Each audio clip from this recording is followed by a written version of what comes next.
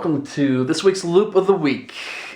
I'm going to visit a couple questions that had come up arising from my second Loop of the Week, which was a demo / tutorial for the new Ditto Looper from TC Electronic.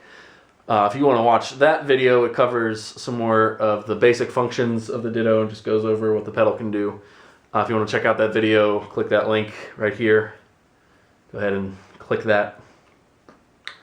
But in this video, I'm going to cover two questions that came up from that video. And they deal with one, having pauses at the end of your loop. I call them hiccups. And secondly, how do you deal with erasing the loop in the Ditto if you don't want to have anyone hear the beginning of the loop while you erase it. If that doesn't make sense, then you can watch the rest of the video and hopefully clear it up while I demonstrate it. Before I do that, I'm going to quickly go over some of the things that have changed about my Ditto since that second Loop of the Week. Not too much has changed. I had already replaced this volume knob. The Ditto comes with a really tiny one. It's hard to turn with your feet, so if you're standing while you play or you don't want to bend over and turn it with your hand, the bigger one is a little bit easier. I cover that in the other video. But the more noticeable thing that I have done is I decided to take the rubber strips off of the back or the bottom of the pedal, and I've opted for using magnets instead. These are little neodymium magnets. You can find these at a hardware store, Home Depot or Lowe's. They're pretty cheap, and I found that those have worked better than the rubber strips, and I didn't really want to put Velcro on my pedals if it wasn't going to be a pretty permanent thing. So these do the trick pretty well. It clicks on there and snaps into place. One thing to note though, however, is that the paint that is used on the Ditto is not magnetic. The only thing that's magnetic here are these screws on the back. So I'll take this other pedal out of the way so it's not a distraction, and we'll get to those questions. Again, the first one has to do with pauses at the end of your loop or the beginning. It's pretty much the same thing if you look at it. Technical. So we'll set up a really simple loop for the sake of time and ease of demonstrating this. The person who posted the comment on the previous loop had said that he had issues with a pause, and there are a couple of reasons that this might happen. The main one I can think of would be your timing might be off. If you tap your foot already, then I think that's a good start. If you tap your foot and you keep yourself in time that way. But another thing to do, and this is really helpful I think, is especially if you're doing like a strumming chord progression, is to, while you're recording your loop, of course you're going to strum whatever you want to record, but even after you've hit the button again to stop the recording and start playback, keep on playing for just a little bit longer, just so you know for sure that it was a smooth transition into the beginning of that loop. So here we go, I'll just do two chords, E and A.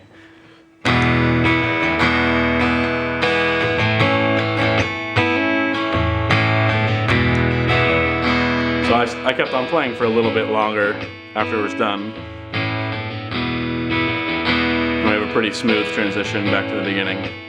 The ending and the beginning should be the same thing.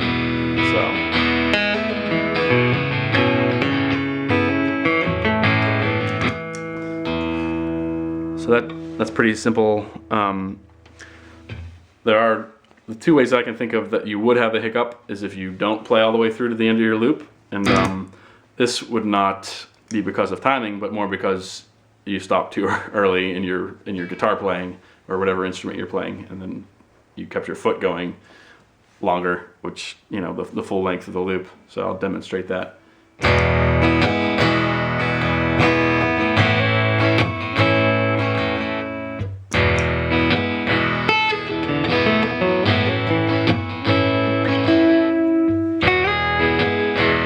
So the timing isn't off, it's just the end of the loop. There's no sound.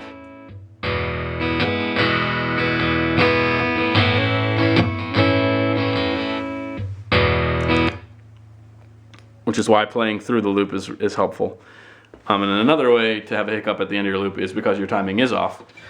Usually what I've found, and in my own personal experience, when I've just first started looping on my own was that I would hit the second foot tap a little bit too late. I've been playing long enough now that it's fairly automatic, but I'll try to purposely do it now. Same chord progression, but a little bit too late with the foot tap.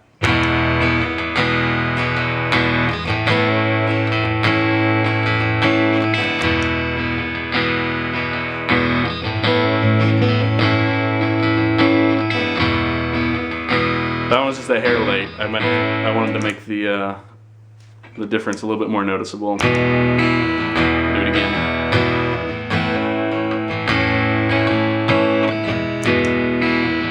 This one will be very obvious.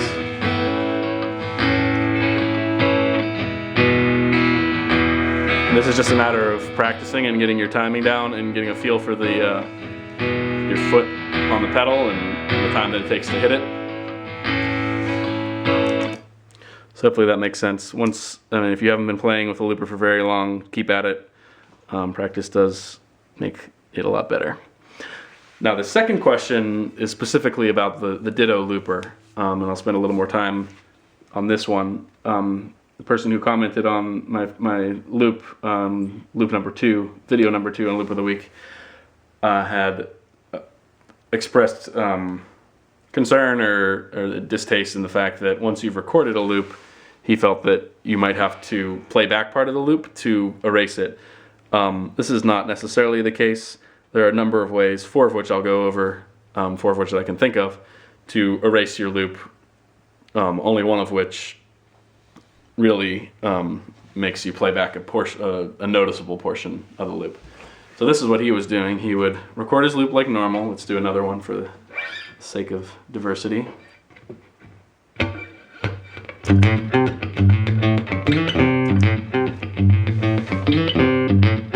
So you might play along with that loop.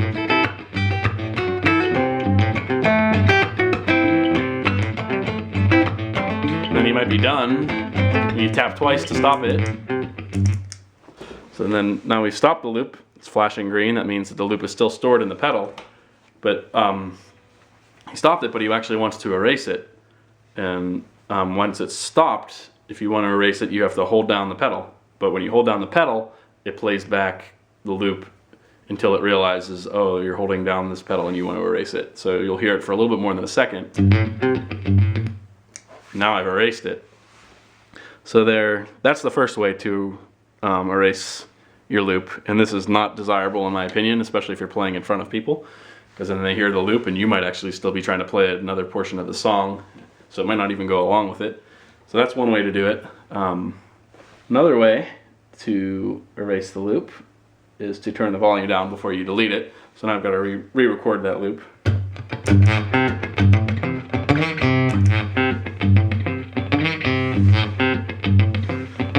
So I might be done now. And now you can turn down the volume either with your foot or with your hand. And now when I go to erase the loop, it'll play back, but since the volume's at 0, no one can hear it. So that's an easy way to make sure no one hears it, as long as you turn it down all the way. I actually had it up like 5%. Now a third way to do it, this is the way I usually do it, but it's not the way I would want to if I could think about it every time. And this is to double tap and hold the pedal after the loop has been stopped. So we'll start the loop again.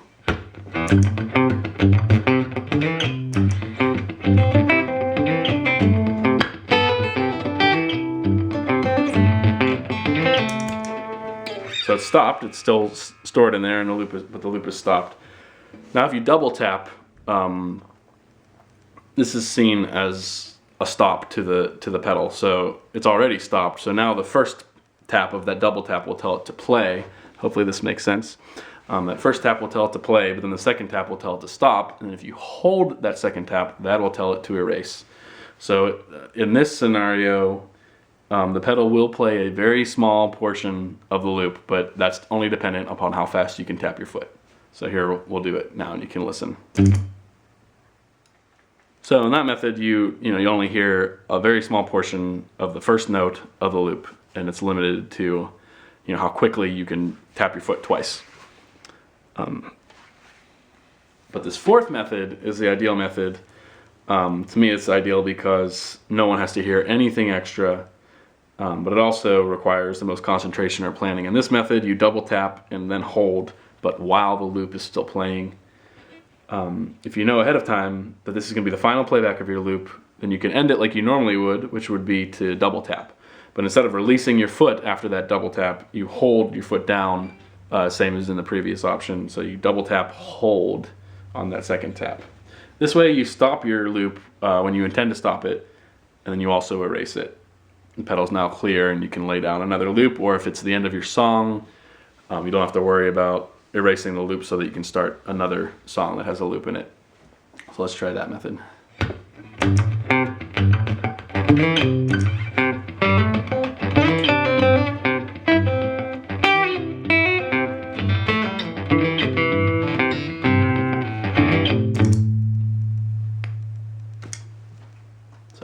So there you go. Hopefully that's helpful.